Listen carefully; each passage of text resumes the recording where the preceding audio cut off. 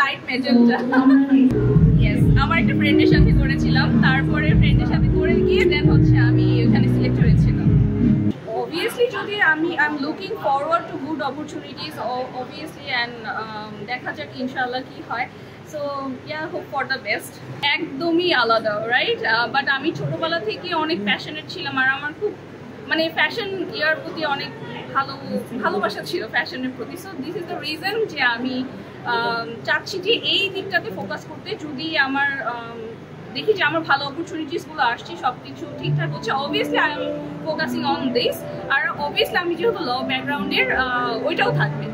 এইটার পেছনে একটা মজার একটা ঘটনা আছে। সো আমি যখন অনেক ছোট ছিলাম, ইট ওয়াজ লাইক হচ্ছে 2017 or 16 এর সময়, তখন আমি খুব শখ করে হচ্ছে লাক্সে পার্টিসিপেট করেছিলাম, দেন অনেক জায়গাতেই পার্টিসিপেট করেছিলাম, বাট ছোট ছিলাম তো ফ্যামিলি ওইভাবে অ্যালাউ করে নাই। বাট মজার ব্যাপার হচ্ছে আমি সব জায়গাতেই সিলেক্টেড হয়েছিলাম। সো যখন ভার্সিটিতে উঠি তখন বিভিন্ন পেজ থেকে আমার নক আসে যে তুমি ফটোগ্রাফি করো, ফটোশ্যুট করো। সো ওইখান থেকেই ফটোশ্যুট করতে করতেই আমার হচ্ছে জার্নিটা শুরু হয়েছে। ওইখান থেকে বিভিন্ন কাজ করেছি, ইভেন আমি বায়ো সার্জারি ওখানেও কাজ করছি, দেন হচ্ছে রেলোমেন্সে আছি। ভাইয়ের সাথেই আসছি আজকে ওনার এখান থেকে সার্জারি করিনি, মানে একটা হচ্ছে গ্লুটাথায়ন সেশন ছিল, আফটার দ্যাট আমি এখানে চলে এসেছি। I exactly don't know, but I am looking for the good opportunities, because একটা জায়গা থেকে আস্তে আস্তে কিন্তু শুরু হয়, তাই না? সো আমরা কিন্তু ফার্স্টলি আমি কোনো অ্যাক্টর বা অ্যাক্ট্রেসকে জাজ করবো না, বা কার সাথে শুরু করতে চাই সেটা আমি বলবো না, বিকজ আমি মনে করি যে কি অনেক এরকম আমাদের দেশে অনেক গুণী শিল্পীরা আছে। আমি অবভিয়াসলি তাদের সাথে কাজ করতে পারলে obviously I will be blessed. Multitasking ছাড়া আসলে আজকালকার সময় আসলে চলে না। আপনি যদি প্রিয়া জান্নাতুলকে দেখেন, সেও কিন্তু একজন লয়ার, প্লাস হচ্ছে অনেক বড় একজন international model. So why not? So আমাদেরও আসলে আমি তার থেকেই বলতে পারেন ইন্সপায়ার হয়েছি।